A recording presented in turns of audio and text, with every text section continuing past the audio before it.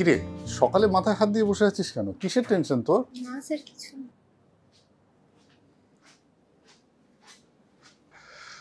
বাচ্চা একটি মেয়ে আমাদের এখানেই কাজ করে। সকালে এসে দেখছি ও বোধহয় স্ট্রেস, মাথায় হাত দিয়ে বসে আছে।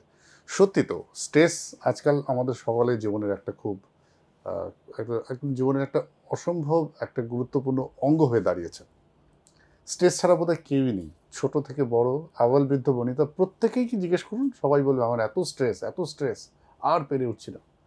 আসুন আজকের এই এপিসোডে আমরা ডিসকাস করি হোয়াট ইজ স্ট্রেস, স্ট্রেস কোথা থেকে আসে, কী করে তার উৎপত্তি, কীভাবেই বা আমরা স্ট্রেসকে মোকাবিলা করব। দৈনন্দিন জীবনে স্ট্রেস এটা আমাদের আজকাল একদম রোজকার জীবনসঙ্গী হয়ে দাঁড়িয়েছে। ছোট থেকে বড় যাকে জিজ্ঞেস করবেন সকলেই বলবে যে সত্যি তো, খুব স্ট্রেস। স্ট্রেসের উৎপত্তি কোথা থেকে? আসুন আজকে আমরা এই বিষয়ে নিয়ে আলোচনা করি।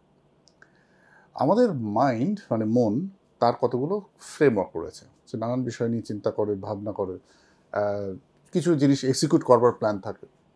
স্ট্রেসের উৎপত্তির সম্পূর্ণ কারণ হচ্ছে একটা মানসিক দ্বন্দ্ব, একটা ইন্টারনাল কনফ্লিক্ট।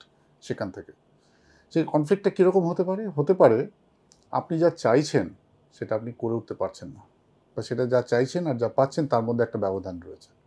যতটা কাজ আপনি করতে পারেন, যতটা সময় করতে পারেন, সেই সময় আর সেই কাজ যতটা করবার দরকার সেই দুটো আপনার ম্যাচ করছে না। বা পারিপার্শ্বিক যে সমস্ত প্রতিবন্ধকতাগুলোকে আপনি চাইছেন খুব সহজে অতিক্রম করতে, সেগুলো আপনি করতে পারছেন না। এই সমস্ত জিনিসগুলো আলটিমেটলি কিন্তু আমাদের মনে যে সিচুয়েশনটাকে তৈরি করে সেটাকেই বলি আমরা স্ট্রেস। স্ট্রেসকে কী করে আমরা হ্যান্ডেল করব সেটা জানার জন্য সবচেয়ে আগে জানা দরকার যে স্ট্রেস হলে আমাদের শরীরে কী ক্ষতি হয়, কেন স্ট্রেস ইজ হার্মফুল, এবং কী করে স্ট্রেসকে হ্যান্ডেল করা উচিত। প্রথমে বলে রাখি যে স্ট্রেস এমন একটা সিচুয়েশন, স্ট্রেস হলে আমাদের শরীরের ভেতরে যে ফিজিওলজিক্যাল যে ইমব্যালেন্স, ফিজিওলজিক্যাল যে মিলিউ, যে ফিজিওলজিক্যাল যে কন্টেনমেন্ট রয়েছে তার মধ্যে সাংঘাতিক রকম কিন্তু টানাপোড়েন শুরু হয়। কিছু স্ট্রেস হরমোন সিক্রেট হতে শুরু করে, সেই হরমোনগুলোর এফেক্ট সুদূর প্রসারী, আমাদের শরীরের নানান রকম অসুখের সূত্রপাত কিন্তু স্ট্রেস থেকে হয়। তো এইটাকে আটকানোর জন্য প্রথমে যেটা দরকার সেটা হচ্ছে আমাদের একটু ইন্টারনালি ডিপ ডাইভ করে দ্য পারপাস অফ লাইফ এবং আমাদের সোলের বেস্ট নেসেসিটি জিনিসগুলো কী সেগুলো সম্পর্কে একটু স্বচ্ছ পরিষ্কার থাকা।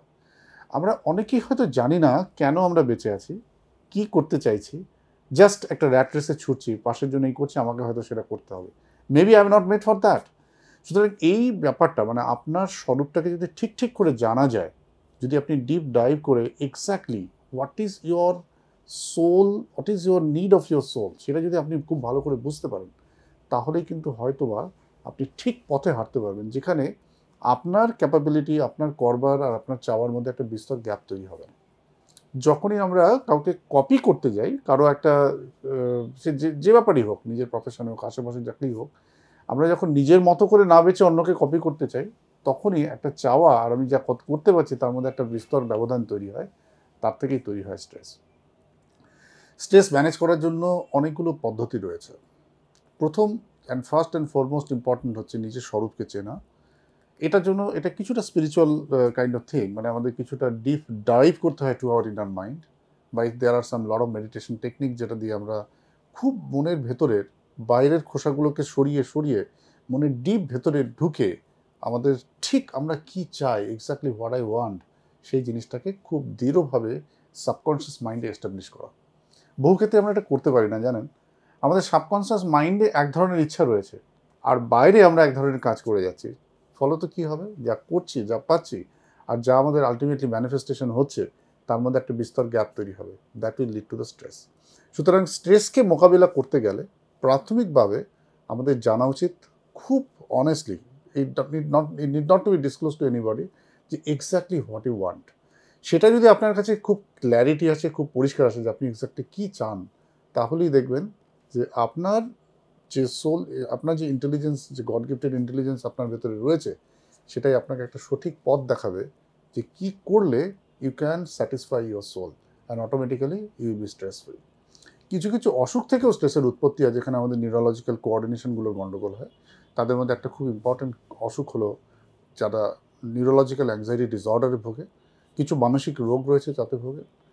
ক্রনিক অসুখ যেমন ডায়াবেটিস, এক্ষেত্রেও দেখা যায় যে অটোনমিক নিউরোপ্যাথি হলে আমরা ঠিক সিদ্ধান্ত প্রত্যেকটা অর্গানের কোঅর্ডিনেশন এস্টাবলিশ করতে পারি না, তার থেকেও কিন্তু একটা ফিজিক্যাল স্ট্রেস তৈরি হয়। সুতরাং স্ট্রেস সম্পর্কে যদি আমাদের ভালো করে জানতে হয়, স্ট্রেসকে যদি মোকাবিলা করতে হয়, স্ট্রেস কেন হচ্ছে সেটা যদি বুঝতে হয়, তাহলে প্রথম নিজেকে বুঝতে হবে। First we need to deep dive within ourselves to understand exactly what we really want. সেই জিনিসটা যদি আমাদের কাছে ক্লিয়ার হয় in all aspect of the life, then সেইগুলোর প্রতি যদি আমরা ধীরে ধীরে একটু করে স্টেপ কাজ করি, তাহলে আশা করা যায় একটা কন্টেন্টফুল স্ট্রেস ফ্রি লাইফ লিড করা যায়।